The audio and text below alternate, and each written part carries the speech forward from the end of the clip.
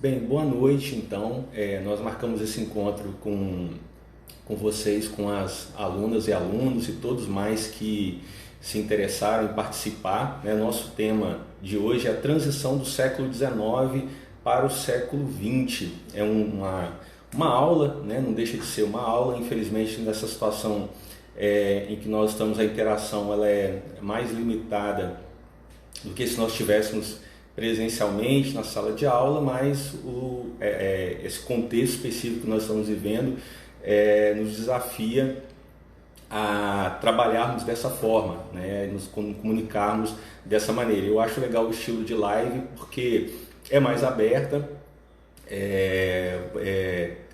livre, né? Quem quiser chegar para aprender com a gente, fique à vontade, muito bem-vindo nesse nosso encontro.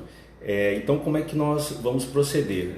Eu farei uma pequena explanação sobre essa temática, né? Aqui no Instagram nós temos uma limitação de 59 minutos, então eu vou fazer uma explanação não muito extensa e deixarei para que vocês perguntem, ou durante a explanação vocês também podem perguntar, será anotado, e nos minutos finais eu tentarei responder da melhor forma possível as perguntas que vocês colocarem, ok? Então vocês estão aqui pelo perfil Memearquia, é um perfil no Instagram que, como vocês podem ver na descrição, é humor sem hierarquias. Aqui você ri, mas aqui você chora também, não necessariamente nessa ordem. Então Memearquia ela tem essa proposta, gente, quem acompanha a página aqui no Facebook, essa proposta de jogar esses memes do humor, mas também, como eu sou professor de História, de fazer essas curtas reflexões a partir dos conhecimentos que eu tenho, a partir dos meus estudos. E nesse momento de pandemia, em que as aulas presenciais elas estão suspensas, acabou que a gente aumentou a produção desses vídeos com conteúdos, com temas do ensino médio, ou voltados para o ensino médio. Nós fizemos a nossa primeira em que nós tratamos de temas do segundo ano, e nessa live de hoje o tema é voltado para o terceiro ano do ensino médio. Então vocês fiquem à vontade para essa nossa conversa. Então, transição do século XIX para o século XX. Por que a escolha desse tema? Além de ser um tema do terceiro ano, como nós falamos, é uma temática que ela é presente ou se reflete nos nossos dias atuais, porque não toda, mas boa parte da sociedade em que nós vivemos, de instituições, situações, dimensões culturais, elas são forjadas, elas são formadas nessa variação, nessa mudança do século XIX para o século XX. Há um historiador muito famoso, Eric Hobsbawm, já falecido, que ele dizia que o século XIX ele terminou em 1918. O que ele quis dizer quando ele falou isso, ou quando escreveu isso? Que, na verdade, aquela sociedade ocidental, aquela cultura ocidental, aquela forma de fazer política ocidental que marcou o século XIX, ela adentrou o século XX e ela se encerra ali junto com a Primeira Guerra Mundial, que terminou em 1918. Ou seja, o século XIX, em termos de temporalidade, em termos de processos históricos, sociais, ele perdura um pouquinho mais, ele continua um pouquinho mais. Então a Primeira Guerra Mundial ela foi um processo que encerrou, botou a última pá de cal sobre o século XIX. O século XIX morre ali em 1918. Mas outros processos, eles marcaram essa virada do século XVIII, do século XIX, que é o século do 1800, para o século XX. Né? Acho que eu troquei aí atrás, vocês me desculpem, a virada do século XIX para o século XX. E nós vamos abordar alguns desses processos históricos que marcaram essa transição do século XIX para o século XX, né, que é um tema dessa nossa live de hoje. Um desses processos que nós já falamos foi a Primeira Guerra Mundial, só que antes da Primeira Guerra nós vamos falar de um outro processo, de um outro acontecimento, ou de outro evento, ou outro processo histórico, que foi a Segunda Revolução Industrial. Então nós vamos falar de três dinâmicas que vão marcar, ou que marcaram a transição do século XIX para o século XX. A Segunda Revolução Industrial, a Primeira Guerra Mundial e a Revolução Russa, o mosquito aqui, né, no nosso estúdio. Esses 3 momentos nós vamos abordar nessa nossa conversa de hoje. Então, falando da segunda Revolução Industrial. A segunda Revolução Industrial ela foi mais ampla do que esse momento aí da virada do século XIX para o século XX. A segunda Revolução Industrial, em termos de marcação temporal, ela começa em meados do século XIX e ela se encerra em meados do século XX. Ou seja, na virada ou na transição do XIX para o XX, nós estamos justamente no meio da segunda Revolução Industrial. E o que marcou a segunda Revolução Industrial? Se a primeira Revolução Industrial, que é lá em 1750, 1850, ela foi marcada por uso do ferro como matéria-prima, carvão, máquinas a vapor, um capitalismo mais concorrencial pela indústria têxtil, a segunda Revolução Industrial ela vai mais além. Então, em termos de tecnologia, por exemplo, nós temos o uso do aço, aquela liga entre ferro e carbono. Nós temos o uso de novas fontes energéticas para além do vapor, com a eletricidade, o motor a combustão interna. É uma mudança tecnológica também nesse momento. Em termos econômicos, o capitalismo ele também entra num novo momento. Se na primeira Revolução Industrial o capitalismo ele era concorrencial, o que era isso? Pequenas e médias empresas concorrendo entre si. Na segunda Revolução Industrial nós temos grandes empresas, grandes conglomerados empresariais que nascem de uma quebradeira que acontece mais para o fim do século XIX, né, em que as empresas sobreviventes elas vão incorporar esse mercado que foi aberto pela quebra de outras. Então essas empresas sobreviventes são empresas que nascem de uma fusão que deu muito certo para elas entre o capital industrial e o capital bancário, nascendo o chamado capital financeiro, essa fusão do capital industrial e o capital bancário.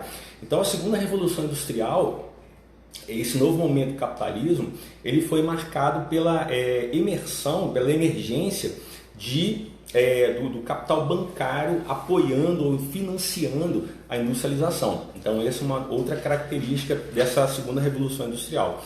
E também, como essas empresas, esses grandes conglomerados industriais, eles sobreviveram, como eu já disse, eles vão incorporar esses mercados que vão sobrar, né? Esses mercados que vão ficar disponíveis por aquela quebradeira que eu mencionei anteriormente no final do século XIX.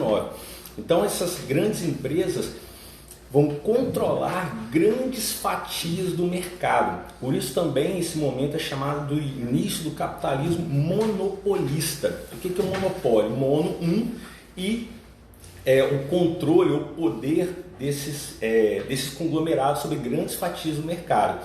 Desde controlando por meio de cartéis, ou seja, acordos entre essas empresas para controlar preços, distribuição de mercadorias, ou até pela fusão, pela unificação entre os capitais de empresas diferentes, como os trustes, ou a formação das holdings, são características aí da segunda Revolução Industrial. Mas uma outra característica desse momento, além do capitalismo monopolista, além do capitalismo financeiro, dessas novas tecnologias, foi um processo para fora desses países industrializados, que foi o imperialismo. Ou seja, enquanto a primeira Revolução Industrial, a industrialização ela se concentrou principalmente na Inglaterra, na segunda Revolução Industrial ela partiu para outros estados europeus, como França, Alemanha, outros locais, e ela saiu da Europa,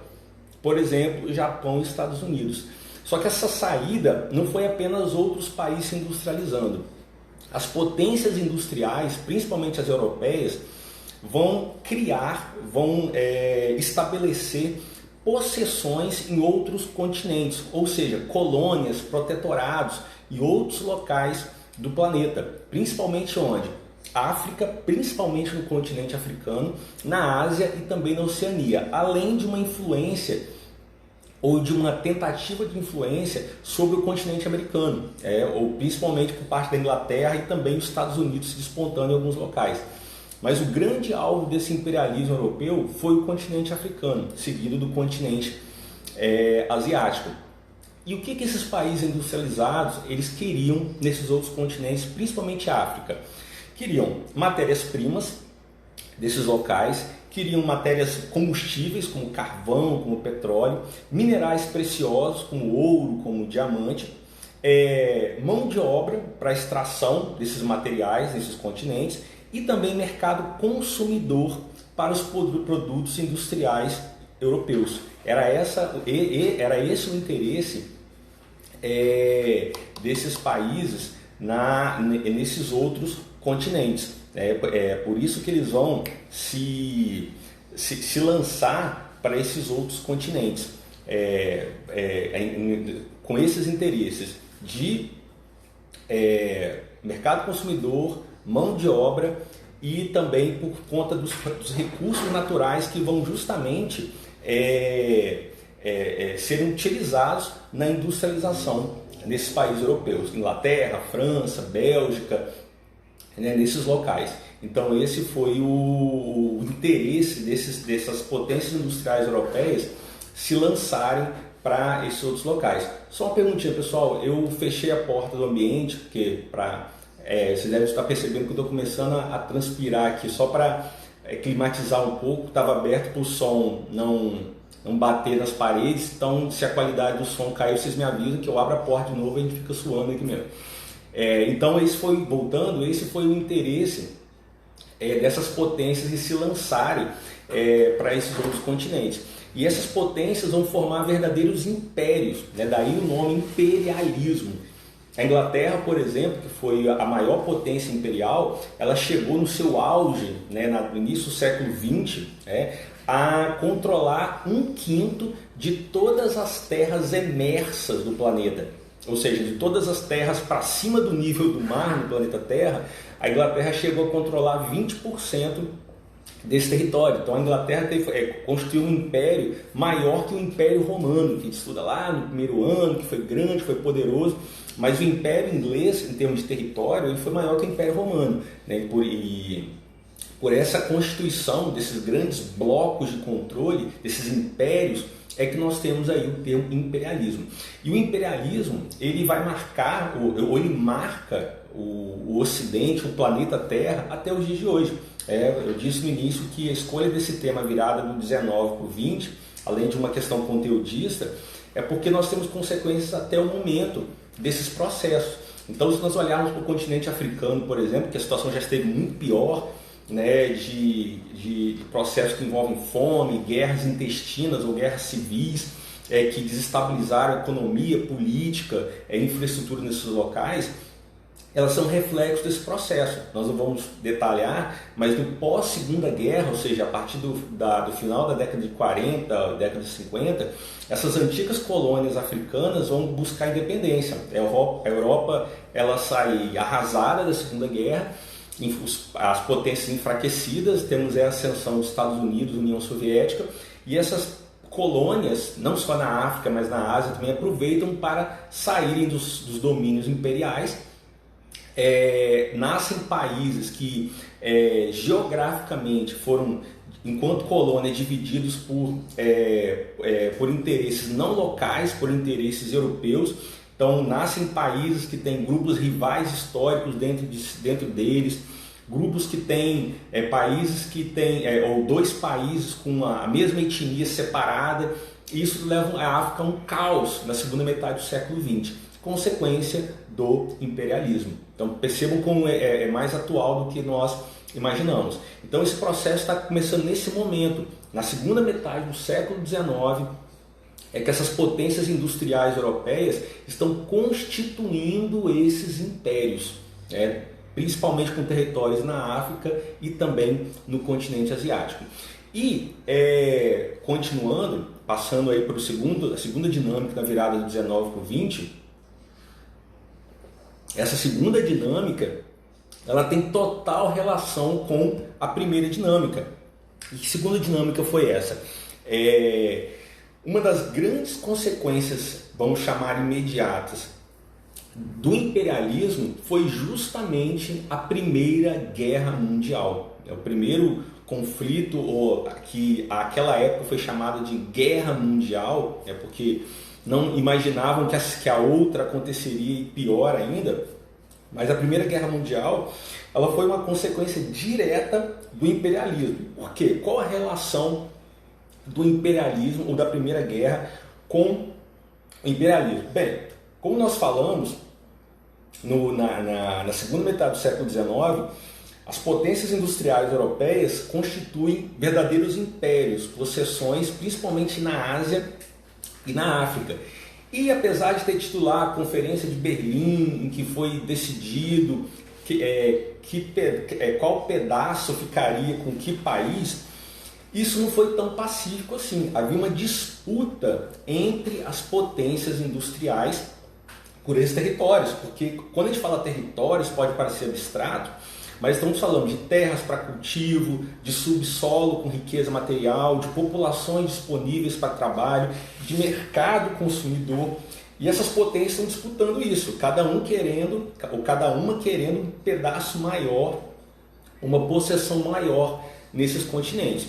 Então havia uma tensão já no final do século XIX entre essas potências, disputando territórios fora do continente europeu. E para piorar essa situação, na segunda metade do século XIX, nascem dois novos países na Europa, a Alemanha e a Itália. Até a segunda metade do século XIX, a Alemanha, onde hoje é a Alemanha e onde hoje é a Itália, eram um conjunto de territórios autônomos, de ducados, reinos. No caso da Itália, possessões da igreja. No caso da Alemanha, havia o reino da Prússia, outros territórios. E na segunda metade do século XIX, não vou entrar em detalhes aqui, esses territórios formam a Alemanha e formam a Itália. Nascem dois novos países. E esses dois novos países que nasceram na segunda metade do século XIX, eles nascem já meio que fora dessa divisão territorial do imperialismo. A Alemanha, por exemplo, ela terá territórios na África, por exemplo, mas bem menos, por exemplo, do que uma França e que uma Inglaterra, que eram potências anteriores, que se formaram bem há séculos antes desse momento. Então a Alemanha e a Itália ficam para trás. E o caso alemão é mais sério porque a Alemanha ela nasceu principalmente dos esforços da Prússia, foi uma unificação feita a ferro e fogo, foi feita pelas armas a unificação da Alemanha. A Alemanha nasce com o país pela guerra. E são diferentes conflitos liderados pela Prússia. E o último conflito que selou o nascimento da Alemanha foi um conflito com a França, em que a Alemanha, ou a nascente Alemanha, saiu vitoriosa e a França perdeu o território para a Alemanha nascente, o território da Alsácia-Lorena, um território riquíssimo em ferro e carvão, no momento de revolução industrial, que nós vimos no tópico anterior. A França perdeu esse território para a Alemanha, lembrando, território é o quê? Terra e principalmente no caso da Alsácia-Lorena, subsolo, carvão, ferro, importantíssimo para a segunda revolução industrial, naquele momento de industrialização. Então a Alemanha ela nasceu poderosa industrialmente, territorialmente e militarmente. E a Alemanha, nascendo assim, como diz o ditado, já chegou chegando, ou seja, ela queria já abocanhar territórios no continente, em outros continentes, Ásia e África, com os mesmos interesses imperialistas da França, da Inglaterra, de outras nações ou de outras potências europeias.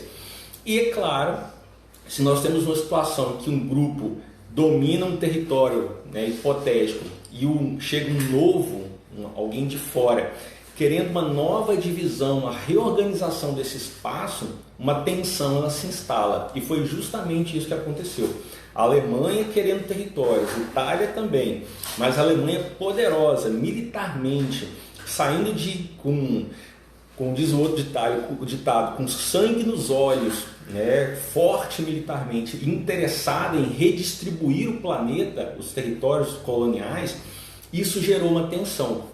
E para piorar a situação, os franceses saem dessa guerra de unificação da Alemanha irritadíssimos com os alemães, que eles perdem, há uma dimensão material da perda da Alsácia-Lorena por terra, minerais e tal, mas também há uma dimensão simbólica, porque a França perdeu um pedaço do seu território, foi um golpe sobre o nacionalismo francês. Não à toa, depois desse momento, nasce um movimento nacionalista na França chamado de revanchismo francês. Como o próprio nome já diz, os franceses queriam uma revanche, queriam uma nova guerra contra a Alemanha, ou pelo menos um grupo de franceses, um movimento na França, queria uma revanche, principalmente para quê? Para lavar sua honra militar. Os soldados que voltam envergonhados da guerra, perderam terra, e eles queriam também de volta a Alsácia-Lorena. Então nós temos já um resultado direto dessa unificação alemã. E o revanchismo francês não foi o único movimento nacionalista que está engrossando esse caldo de tensões na virada do 19 para o 20. Além do revanchismo francês, nós temos lá o pan-germanismo, as populações eslavas querendo formar um grande país com apoio da Rússia, com interesses territoriais também. Isso piora a situação ou as tensões dentro da Europa.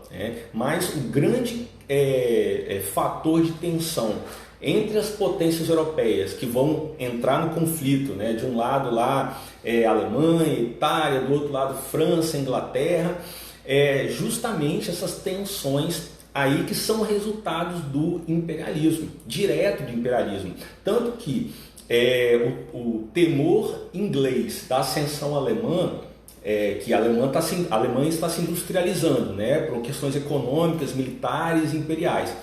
A Inglaterra, temendo um ataque, também investe na sua indústria armamentista. A França, que é uma revanche em relação à Alemanha, e também teme a ascensão alemã, e também então está se industrializando. Ou seja, tanto que nesse momento, os primeiros anos do século XX, deixa eu chamar da paz armada. Não havia um conflito, ninguém estava brigando com ninguém, mas os países, cada um estava se armando, prevendo o que poderia acontecer. Então, a pressão política, ou geopolítica, ou diplomática no continente europeu no início do século XX, ela está subindo, está subindo com um balão que está enchendo, tanto que lá o assassinato do arquiduque Francisco Ferdinand, que acontece dentro do território do Império Austro-Húngaro, o herdeiro do trono austro-húngaro vai visitar um território em que há um movimento separatista naquele território, um movimento eslavo separatista, e nessa visita o príncipe é assassinado, foi apenas uma gota d'água numa tensão que já estava ali crescente, de um conjunto de tensões que estavam a ponto de explodir. Então é como se, quando isso acontece, é como se fosse uma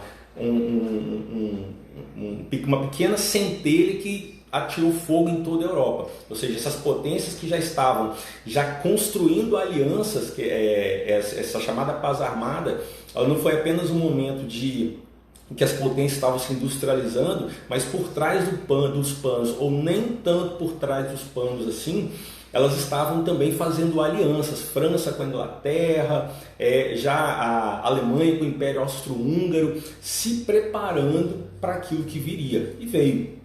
Acontece o conflito, a França teve a guerra que ela tanto queria para fazer sua revanche, e o conflito se desenrola por 4 anos, milhões de mortos, e a Alemanha saiu derrotada do conflito, perdeu territórios, teve que pagar indenização, uma série de impérios foram desconstituídos, como o Império Austro-Húngaro, nascem novos países dentro da Europa, muda o mapa geopolítico europeu, as fronteiras são alteradas, mas o grande resultado da Primeira Guerra foi justamente o fim daquela sociedade ocidental que nós tínhamos no século XIX. Virou-se uma página no Ocidente com a Primeira Guerra.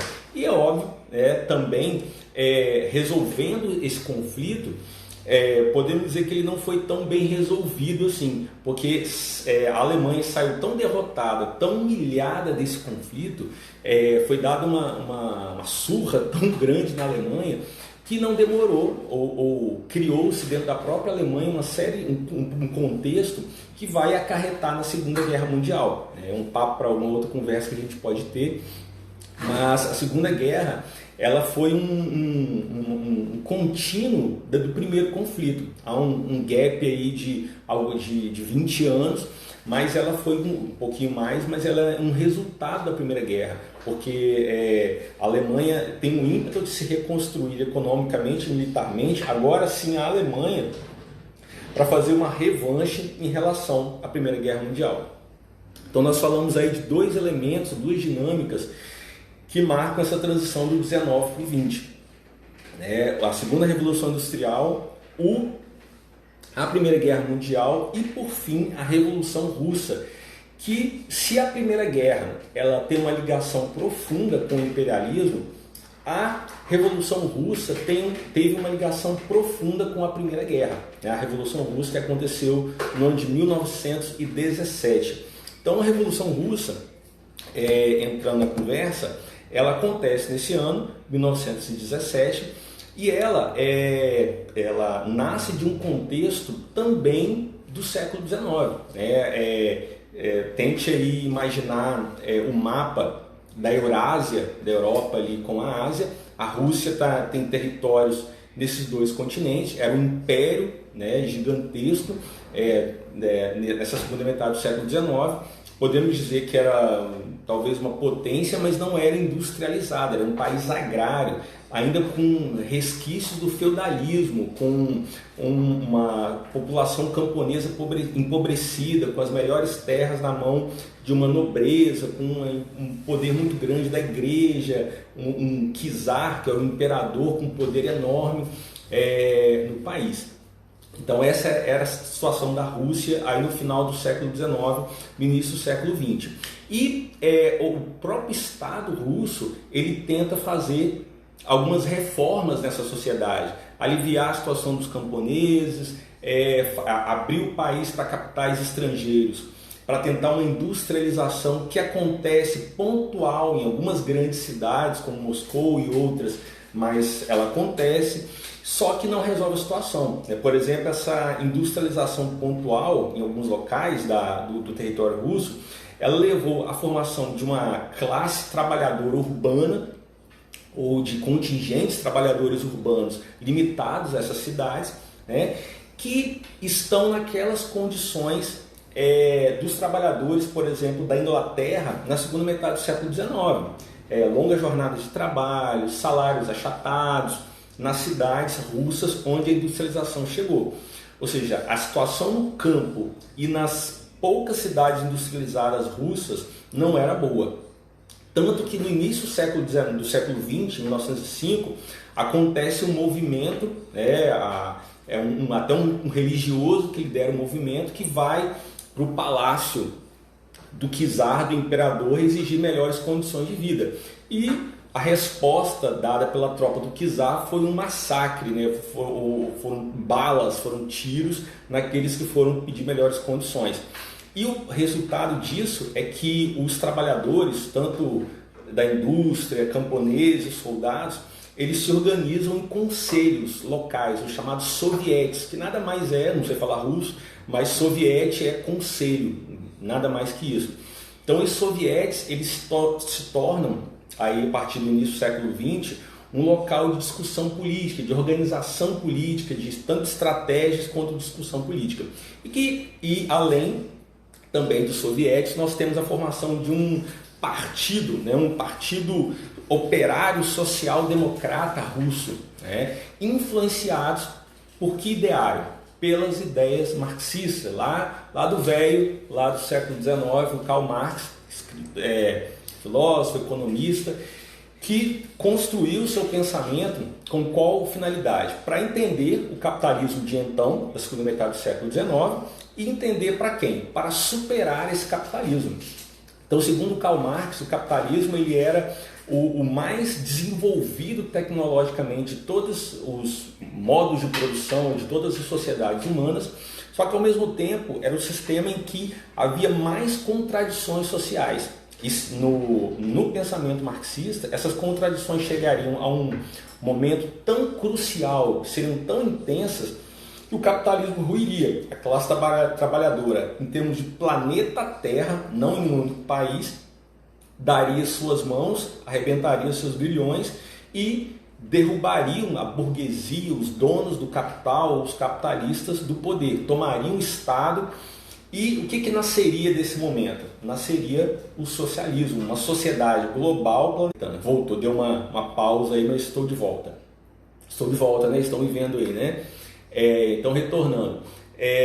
Nessa nova sociedade, o Estado ele seria controlado pelos trabalhadores e esse Estado controlaria os meios de produção, fábricas, indústrias, fazendas, tudo isso seria controlado por Estado. Só que essa sociedade socialista não seria um fim em si mesma, a função dela seria transicionar a humanidade para o seu estágio final e perfeito, o comunismo, em que não haveria mais Estado, os trabalhadores eles controlariam os meios de produção, né, fábricas, fazendas, como eu disse anteriormente. E essas ideias entram na Rússia aí no início do século XX e vão influenciar esse partido operário social-democrata, né? Os membros desse partido, aqueles que estavam nos sovietes, estão aí pensando a partir dessas ideias do Karl Marx. E nesse pensamento, ou melhor dizendo, esse pensamento ele não era único, né? Havia vertentes ou interpretações distintas. Os tais muito conhecidos lá, temos aí uma pergunta: o socialismo então não é um sistema político e apenas a transição entre sistemas? Vai ser anotado, eu vou falar depois. Pode deixar que eu vou responder você, Kézia. Então, nós temos aí duas interpretações. Os mencheviques, o termo menchevique nada mais é que minoria, ele tinha uma leitura de que como a Rússia não era um país plenamente capitalista ainda, industrializado, com uma relação de trabalho assalariada, era necessário que houvesse uma revolução burguesa real, ou seja, os capitalistas verdadeiramente, ou melhor, fosse formada verdadeiramente na Rússia uma burguesia, uma classe capitalista, para a Rússia se industrializar, haver um operariado extenso e aí sim a revolução acontecer. Essa é a ideia menchevique. Já os bolcheviques, o termo bolchevique é maioria, qual a interpretação que eles tinham? Eles fizeram lá um puxadinho na teoria do Marx. O que eles diziam? Que não vão pular essa etapa, não é necessário instaurar o capitalismo. Vamos unir trabalhadores do campo, trabalhadores da cidade, urbanos, vamos tomar o Estado e esse Estado controlado pelos trabalhadores, ele irá industrializar a Rússia e transicioná-la para o socialismo e depois para o comunismo. Então foi uma adaptação que os bolcheviques fizeram à ideia do Karl Marx. O que acontece na prática, né, que a Rússia entra numa guerra, qual guerra? A primeira, em 1914, a situação do país piora muito, né, a fome, mortes, escassez, e acontece uma revolução. O czar ele abdica, ele abandona o trono, é instituído um governo provisório que faz algumas reformas, reduz a jornada de trabalho para 8 horas, liberta alguns prisioneiros políticos, dá liberdade de imprensa, só que os trabalhadores queriam mais. Então acontece uma revolução dentro da revolução que derruba esse governo provisório e os bolcheviques tomam o poder aí mais para o final de 17. Só que isso não foi o fim, né? Os bolcheviques tiveram uma grande oposição. De quem? De muita gente, incluindo alguns que queriam a volta da monarquia, né? A volta da família real russa, do czar, e outros que não concordavam com a postura bolchevique. Então, tanto que logo depois se instala, ainda em 17, uma guerra civil dentro da Rússia, em que foi, que geralmente é colocado com a guerra entre o Exército Vermelho, que é o Exército Bolchevique, e o Exército Branco, formado principalmente daqueles que querem uma restauração da monarquia dentro da Rússia. E, resumindo a história, os bolcheviques saem vitoriosos, o Exército Vermelho ele ganha, porque ele controlava regiões centrais na Rússia. Ele institui o chamado comunismo de guerra, que consegue racionar alimento dentro da Rússia e dar para as tropas do Exército Vermelho. E os bolcheviques eles vão sair vitoriosos. E a Rússia ela sai desse conflito, sai desse processo muito arrasada, né? Com infraestrutura destruída, com escassez de alimentos. E o líder máximo da revolução, Vladimir Lenin, ele toma como decisão para reconstruir a Rússia fazer uma outra adaptação nas ideias marxistas. Que a adaptação foi essa, a chamada NEP, a sigla que traduzindo é Nova Política Econômica, que se resume naquela célebre frase dar um passo para trás para dar dois para frente. Ou seja, Lenin estabelece uma direção econômica na Rússia que permite algumas reformas liberais, abre a Rússia para alguns capitais, na ideia de recapitalizar a Rússia, reconstruir a Rússia. E logo depois fecha tudo, ou seja, começa um novo direcionamento voltado para uma economia planificada. O que vai se aprofundar quando o Stalin ele ascende, o Lenin, né, morre, né, ele passa e o Stalin ele consegue ascender e vai ficar na Rússia como o líder máximo da Rússia até o início da década de 50. O Stalin, sim, ele agora a União Soviética, né, que se estabelece ali na década de 20, a Rússia com outras repúblicas formando a União Soviética, e aí sim nós temos a instalação de um modelo, ou a consolidação do modelo soviético, de uma economia planificada, ou seja, um Estado com uma profunda ingerência na economia. O Estado estabelece os chamados planos quinquenais, ou seja, a cada 5 anos um plano de metas, então primeiro para desenvolver a agricultura, depois a industrialização. Em termos econômicos, deu muito certo, né? A União Soviética, ou a Rússia, né, que era um país agrário, agora, logo na década de 30 já é um país industrializado, agora União Soviética. Então economicamente dá certo, mas em termos políticos, aí sim que nós não temos fidelidade às ideias de Marx. Por quê? O que o Marx ele dizia? Que na Revolução Operária dos Trabalhadores, os trabalhadores tomariam o Estado e o Estado controlaria os meios de produção, conduzindo essa sociedade para o comunismo. Essa sociedade seria global. Primeiro que não era global, era em um país, né, que é a Rússia, agora a União Soviética. E mais, à medida que os anos vão passando sobre o domínio do Stalin, não tem nada de trabalhador controlando o Estado. Quem controlou, com o estabelecimento do modelo soviético, quem de fato controlava o Estado soviético? A cúpula do Partido Comunista Soviético. E é isso que vai se consolidar, tendo como sua principal figura o Stalin. E isso vai continuar até o final, lá no início da década de 90, quando a União Soviética caiu. Quem de fato controlava a União Soviética não eram os soviéticos, que seriam mais próximos desses trabalhadores controlando o Estado.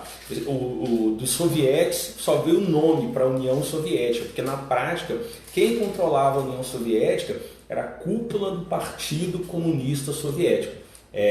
No caso, até 53, quem controlava era o Stalin. Então, o Stalin faz uma série de ingerências na vida cultural, artística, política da União Soviética, estando no comando do país, né? Então, esse é o fim da Revolução Russa, ou o que ela se torna. Mas, de fato, apesar do que ela se tornou depois, a Revolução Russa foi, junto com a Segunda Revolução Industrial e com a Primeira Guerra, a Revolução Russa foi um dos marcos nessa transição do século XIX para o século XX, porque a Revolução Russa inspirou uma série de outros movimentos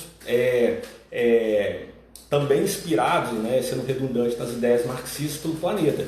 No leste europeu, na América, o caso cubano, na Ásia, o caso chinês, ou seja, a forma de se pensar a política no planeta foi alterada graças à Revolução Russa de 17, com todas as consequências aí que elas tiveram, que a gente pode falar numa outra live, discutindo especificamente o século XX. Né? Então são esses 3 processos que eu gostaria de marcar hoje. Então, né, essa foi aí a nossa pequena explanação. Nós temos agora um tempinho para vocês perguntarem. Nós já temos uma pergunta da Késia, que foi: o socialismo, puxei aqui, o socialismo então não é um sistema político e apenas a transição entre sistemas? Podemos dizer que ele é as duas coisas. Por quê? Eu só trocaria sistema político por uma sociedade. Então, repetindo, o que o Marx ele pensava? Que o capitalismo seria um estágio na sociedade humana, que ele seria global, planetário, respondendo a Késia, né, e aos demais, e ao mesmo tempo que ele se tornaria planetário, ele se tornaria altamente desenvolvido em termos de tecnologia. Por Marx, o capitalismo era o sistema econômico mais desenvolvido em termos de tecnologia, só que ao mesmo tempo ele seria um sistema econômico planetário, altamente tecnológico, desenvolvido tecnologicamente, e também um sistema em que seria maior a contradição social ou a luta de classes. Entre quem? Os capitalistas e os operários. Então, para o Marx, essa tensão seria tão grande que chegaria um ponto, aí ele encerra o Manifesto Comunista com essa frase, que é um dos escritos do Marx, que a única alternativa que os trabalhadores teriam de todo mundo seria se unir e derrubar os capitalistas ou a burguesia do poder. Então, aquela frase, trabalhadores de todo mundo univos, que era a única saída diante daquele sistema. E lembrando que o Marx está escrevendo na segunda metade do século XIX, vendo aquelas condições que nós conhecemos da segunda Revolução Industrial, que é mulheres ganhando menos que homens, longa jornada de trabalho, salários achatados, crianças trabalhando como adultos, e ele via aquela situação. O que ele pensava? A tensão vai chegar tão grande que isso vai explodir. Explodir para onde? Respondendo a Késia, para o socialismo. Repetindo, nessa revolução planetária, os operários, sendo simples, eles tomariam ou formariam esse Estado que controlará os meios de produção, indústrias, fazendas, só que seria um Estado controlado pelos trabalhadores. O nome desse Estado, segundo Marx, seria a ditadura do proletariado. Apesar de ter o nome ditadura, segundo Marx, eu não estou concordando e discordando com ele, eu estou explicando o conceito. Segundo Marx, a ditadura do proletariado seria o mais democrático de todos os sistemas, todos os regimes políticos. Por quê? Você teria realmente a maioria dos trabalhadores controlando ou administrando ou gerenciando a sociedade e o Estado. Só que, então, o que é a sociedade socialista? É uma sociedade em que um Estado ele é controlado de verdade pelos trabalhadores e esse Estado controla os meios de produção. Só que aí vem a segunda parte. Essa sociedade socialista, sim, ela é uma sociedade de transição. Porque qual a função desse Estado? Construir as condições para ele próprio desaparecer. Porque o que é o comunismo, pelo pensamento marxista? Uma sociedade em que o Estado não existe e os meios de produção e a gestão da sociedade é feita de maneira comum, ou seja, por um autogerenciamento. Como era isso, Rodrigo? Como seria isso? Não me pergunte, eu não sei. Estava lá na cabeça do velho. Então, faça uma mesa branca aí e chame o velho Karl Marx para te explicar, porque ele tinha certeza que isso ia acontecer. Não aconteceu, nem socialismo, nem comunismo. Em lugar nenhum no mundo esse troço aconteceu. Nós tivemos no planeta todo, pipocaram o quê? Veja lá no meu canal o vídeo Bruno e Marrone e o comunismo, apesar do nome esquisito, é sério o vídeo, em que pipocam pelo planeta Terra o quê? revoluções que vão redundar em sistemas políticos em que as cúpulas dos partidos comunistas locais vão controlar a sociedade. Não tem nada de transição para comunismo, não tem nada de operário controlando o Estado. Então a China, por exemplo, hoje como é que é a política na China? A cúpula do Partido Comunista Chinês controla o sistema político chinês. Como é que é em Cuba? A cúpula do Partido Comunista Cubano controla o sistema político cubano, com os seus méritos e deméritos. Eu não vou entrar porque não vai dar tempo. Então, voltando para a resposta da Kézia, o socialismo ele é sim, no pensamento marxista, uma sociedade de transição, né? No pensamento, porque voltando ao caso russo ou soviético, não aconteceu nem socialismo, não tinha trabalhador controlando o Estado, coisa nenhuma, era a cúpula do Partido Comunista controlando, e muito menos aconteceu o comunismo na Rússia, pelo menos de maneira como o Marx pensava. Tanto que alguns usam o termo socialismo real, ou seja, o que aconteceu de concreto depois dessas revoluções nacionais. O Marx, repito, ele pensava que essa revolução ela seria planetária, o que não aconteceu. A Revolução Russa ela foi uma revolução nacional. Se a gente pensar, ela foi uma revolução mais, sendo contraditório, burguesa do que operária, porque o Estado russo constrói, o Estado soviético, toda a condução, foi mais um capitalismo de Estado do que outra coisa qualquer, né? Com um sistema político fechado, principalmente na era stalinista, né? Não sei se eu te respondi, Kézia, se não, pode perguntar novamente.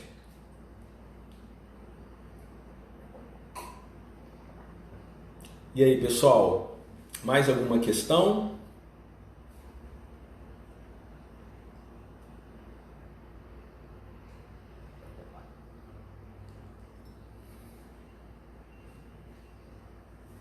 Deixa eu ver quem mais tem aqui.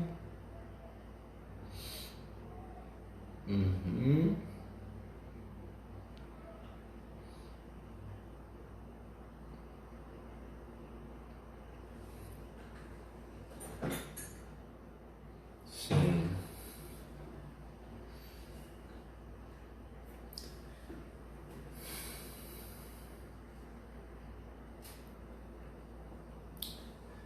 Bom, acredito que não tem mais uma questão, além dessa da Kézia. Então, essa foi a nossa proposta de hoje. Espero que vocês tenham gostado, né, desse nosso bate-papo. Para a gente ter pelo menos um momento para... Ele não é tão diretamente assim, eu vejo as carinhas de vocês aqui nos comentários, mas eu acho que o modelo da live ele é mais aberto, mais interessante para isso. Então, espero que vocês tenham gostado, espero que tenha sido produtivo. E com o decorrer das semanas nós tentaremos fazer outras nesse mesmo modelo, tá bom? Grande abraço para vocês, fiquem bem, se cuidem, cuidado aí, espero encontrá-los em breve. Grande abraço para vocês, tchau, tchau.